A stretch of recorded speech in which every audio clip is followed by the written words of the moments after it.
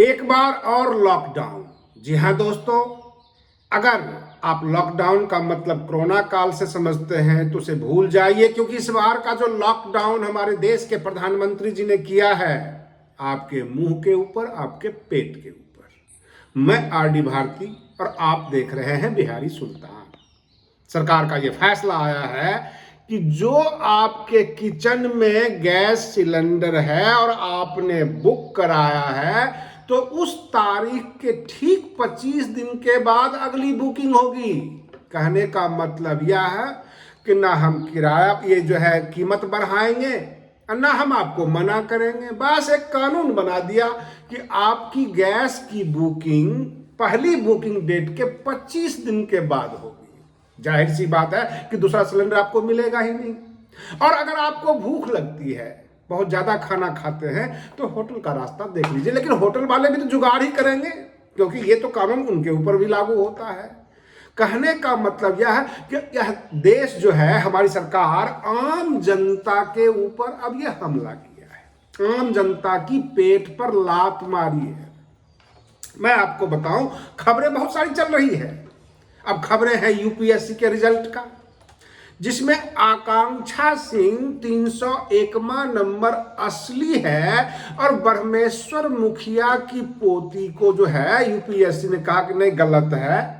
अब बाकी आगे जो भी हो, लेकिन सवाल ये उठता है कि ब्रह्मेश्वर मुखिया की पोती का नाम कम आता है। ब्रह्मेश्वर मुखिया का नाम इसलिए ज्यादा आता है कि बिहार में मीडिया, राजनीति, सब के सब जात पात की राजनीति में ज्यादा यकीन करते हैं। ये यूपीएससी का रिजल्ट है, रिजल्ट क्लियर कर दिया गया है। इसमें न सर्वजन होगा न बहुजन होगा, ये छात्रों का मामला है, तो हम इसके ऊपर ध्यान नहीं दे रहे हैं। लेकिन ध्यान देने योग्य जो बातें हैं, बिहार के नए राज्यपाल अता हसनैन, जो रिटायर्ड लेफ्टिनेंट जनरल हैं और मैक्सिमम जगह सैन्य अकादमी के यानी पूर्व सैन्य अधिकारी को ही, लेफ्टिनेंट जनरल वगैरह को ही गवर्नर क्यों बनाया जा रहा है? क्या पश्चिम बंगाल के चुनाव के वक्त ममता दीदी कार्यकारी मुख्यमंत्री रहेंगी पश्चिम बंगाल की, या उससे पहले पश्चिम बंगाल में राष्ट्रपति शासन लगवा दिया जाएगा?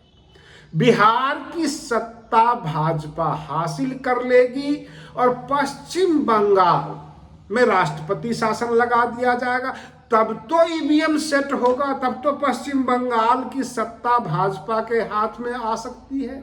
आप कहते हैं, हम कहते हैं, सब कहते हैं ये मशीन की सरकार है, ये ईवीएम की सरकार है। लेकिन सबसे बड़ी बात यह है, आप बोल नहीं सकते, आपके जुबान पर ताला लगा दिया गया है। विश्वास ना हो तो उत्तर प्रदेश के इन्फ्लुएंसर जतिन मिश्रा जी से पूछ लीजिए। जतिन मिश्रा जी को क्राइम ब्रांच ने एफआईआर दर्ज करके बुलाया और उनकी मोबाइल जब्त कर लिया। मोबाइल क्यों जब्त किया? क्योंकि इंदौर के सांसद शंकर लालवानी जी के खिलाफ उन्होंने कुछ आपत्तिजनक टिप्पणी कर दी कि इंदौर शहर का पानी गंदा है। अब पानी गंदा हो, हवा गंदा हो, आपके क्षेत्र में विकास हो रहा हो अथवा नहीं हो रहा हो, आप बोल नहीं सकते। अगर आप बोलेंगे तो क्राइम ब्रांच में एफआईआर दर्ज होगी और आपसे पूछताछ होगी, एक सेक्शन लगा दिया जाएगा, फिर कोर्ट के चक्कर काटते रहिएगा। यानी आम जनता को कैसे चुप कराया जाता है, ये तो कोई भाजपा से पूछे।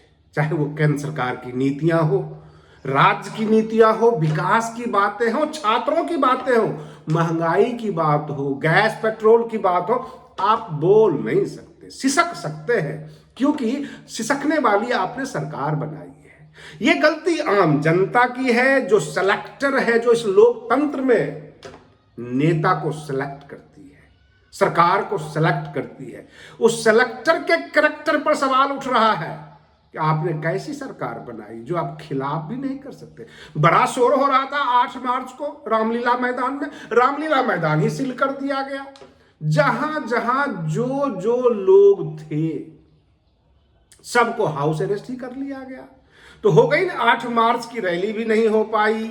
उसके बाद जहां जहां इन्फ्लुएंसर है, बाकी बड़े बड़े जो यूट्यूब चैनल बना के बैठे हुए हैं, जो सरकार के खिलाफ बात करते हैं, उनको व्यूज ही रोक दिया गया।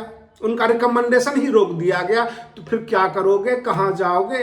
अरे जेपी आंदोलन हमने देखा है और जो कांग्रेस का इमरजेंसी का दौर भी देखा है, लेकिन वो इमरजेंसी जो थी वो घोषित थी, सरकार घोषणा करके लोगों का पीछा कर रही थी, पुलिस भी खदेड़ थी तो घोषणा था। ये तो अघोषित सरकार है। अब सवाल ये उठता है कि सामने बिहार का जो मसला चल रहा है, इससे तो यही लग रहा है, चाहे मुख्यमंत्री कोई भी हो, भाजपा की सरकार है, भाजपा की सरकार ही रहेगी। और पश्चिम बंगाल में जो हम यह समझ रहे थे कि ममता दीदी काफी स्ट्रांग हैं, सीबीआई से फाइल छीन लेते हैं, ईडी वगैरह से, उधर हमारी राष्ट्रपति मैडम जो है उन्होंने भी कहा कि ममता हमारी छोटी बहन है, उसके बाद पता नहीं आजकल वो हमें पसंद नहीं करती है, मुझसे थोड़ी सी तकलीफ में है, खफा खफा रहती है। ये सब कहने से कोई फायदा नहीं, ममता दीदी को भी टाइट कर दिया जाएगा। जब धारा 356 लगाकर राष्ट्रपति शासन लागू कर दिया जाएगा पश्चिम बंगाल में, फिर ममता दीदी क्या कर लेगी, क्योंकि गवर्नर का राज रहेगा और सब के सब सैन्य अकादमी से आए हुए रिटायर्ड लेफ्टिनेंट जनरल टाइप के गवर्नर होंगे, वो केंद्र के आदेश को मानेंगे। कुल मिलाकर मिलिट्री शासन, और मिलिट्री वाले तो आदेश मानते हैं, उनको लोकतंत्र और लोगों की भावनाओं से कोई लेना देना नहीं है। प्रश्न ये उठता है कि ये जाति की राजनीति, धर्म की राजनीति, अब इससे तंग आकर भाजपा ने एक नया रास्ता चुन लिया है, दबंगई की राजनीति। जहां जहां तुम नहीं मानोगे हम मनवा लेंगे, तुम विरोध करोगे, तुम हमारे ऊपर ओछी टिप्पणी करोगे अथवा अपमान करने की कोशिश करोगे, तुम्हें जेल में डाल देंगे। और ऐसी कई उदाहरण मैं दे सकता हूं, पेश कर सकता हूं। और जिस तरफ हमारा देश जा रहा है, आपने सुना होगा, जैसे जब जब किसी राज्य का चुनाव होता था तो सीमाओं पर हरकत बढ़ जाती थी और राष्ट्रवाद के नारे लगते थे, हिंदुत्व के नारे लगते थे। जब पटना यूनिवर्सिटी का चुनाव हुआ, कहां गया हिंदुत्व, कहां गया बजरंग दल? सारे के सारे तो हिंदू ही वहां पर थे, फिर भी एबीपी चुनाव हार गई। भाजपा को ये लगने लग गया है कि अब ये हिंदू हमारी बातों में आने वाले नहीं हैं। उधर शंकराचार्य वगैरह सब ताल ठोक दिए हैं। कहने का मतलब यह है कि धीरेन्द्र शास्त्री को और राम भद्राचार्य को बहुत सारे संतों ने ये घोषणा करके कह दिया, घोषित कर दिया, ये प्रचारक है भाजपा के। इन तमाम खबरों के बीच मैं आपको बताना चाहता हूं अपने दर्शकों से कि बहन मायावती जी बाजी मारने वाली है। बिल्कुल सही और सटीक रास्ते पर चल चुकी है बसपा, क्योंकि भाजपा टारगेटेड है पश्चिम बंगाल। तमाम मीडिया भाजपा के इर्द गिर्द होती है, वो अपनी सारी ताकत पश्चिम बंगाल में लगाएंगे क्योंकि आगामी चुनाव है। मान लेते हैं कि राष्ट्रपति शासन पश्चिम बंगाल में लगा लेते हैं और फिर चुनाव होगा, तो मीडिया का भी ध्यान रहेगा और तमाम जनता का भी ध्यान रहेगा पश्चिम बंगाल में।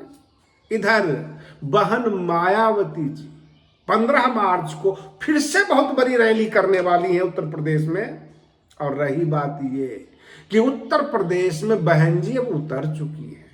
पूरे के पूरे 75 जिले के बसपा के कार्यकर्ताओं को एक्टिव कर दिया गया है और ये अपना जमीन बसपा पूरी तरह से तैयार कर लेगी जब तक भाजपा, कांग्रेस, बाकी लोग जो है पश्चिम बंगाल में उलझे हुए रहेंगे।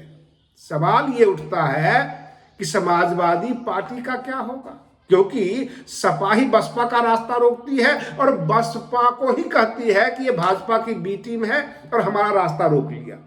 आज के लिए बस इतना ही। आप बने रहिए बिहारी सुल्तान चैनल पर। हम फिर मिलते हैं अगले वीडियो में, तब तक के लिए धन्यवाद।